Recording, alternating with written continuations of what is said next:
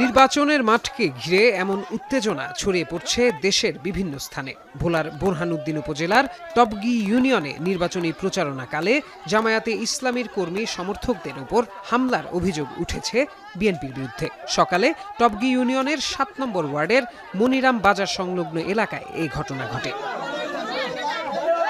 অভিযোগ ওঠে ভোলা ২ আসনে জামায়াতে ইসলামীর প্রার্থী মুফতি মাওলানা ফজলুল করিমের পক্ষে গণসংযোগ চলাকালে বিএনপির কর্মী সমর্থকেরা বাধা দেয়। এ সময় বিএনপি মনোনীত প্রার্থী হাফিজ ইব্রাহিমের কর্মী সমর্থকদের সঙ্গে প্রথমে কথা কাটাকাটি, পরে ধাওয়া পাল্টা ধাওয়া ও সংঘর্ষে জড়ায় উভয় পক্ষ।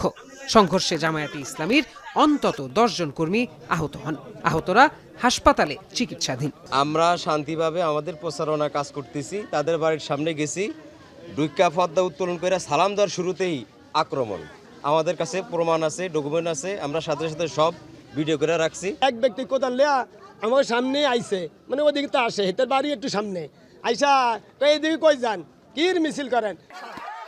খবর পেয়ে পুলিশ ঘটনাস্থলে পৌঁছে পরিস্থিতি নিয়ন্ত্রণে আনে। এই ঘটনায় উভয় পক্ষই একে অপরকে দায়ী করেছে। এই বিষয়টা পরিস্থিতি স্বাভাবিক করে তাদেরকে আইনগত ব্যবস্থা গ্রহণের জন্য তাদেরকে সহকারী রিটার্নিং অফিসার বরাবর অভিযোগ দায়ের করার জন্য বলা হয়েছে।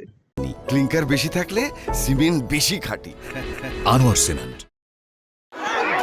এর আগের দিন বোরহানউদ্দিনের বড়মানিকা ও দৌলত খানের চরপাতা এলাকাতেও জামায়াতে ইসলামীর প্রচারণায় হামলার অভিযোগ ওঠে বিএনপির সমর্থকদের বিরুদ্ধে।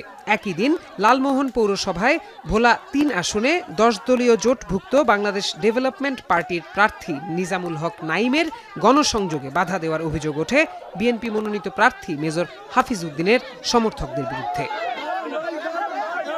অন্যদিকে ২৮ জানুয়ারি চরফ্যাশনে ইসলামী আন্দোলনের নারী কর্মীদের ওপর জামায়াতে ইসলামীর কর্মীদের হামলায় ৩ জন আহত হন। একই দিন ভোলার সদর উপজেলায় ইলিশায় ইসলামী আন্দোলনের প্রচারণায় বাধা দেওয়ার অভিযোগ ওঠে জামায়াত নেতাকর্মীদের বিরুদ্ধে। আমি আতঙ্কিত বা আমি আশঙ্কা করছি যে কোনো সময়, যে কোনো মুহূর্তে, যে কোনো আসনের, যে কোনো এলাকায়, যে কোনো ঘটনাকে কেন্দ্র করে একটা বড় ধরনের সহিংস ঘটনা ঘটে যেতে পারে। এদিকে নারায়ণগঞ্জে দলীয় কর্মসূচিতে নাম আগে পরে দেয়াকে কেন্দ্র করে হাতাহাতির ঘটনায় যুবদল কর্মীর ঘুষিতে আজহার নামে স্বেচ্ছাসেবক দলের এক নেতা নিহত হয়েছেন।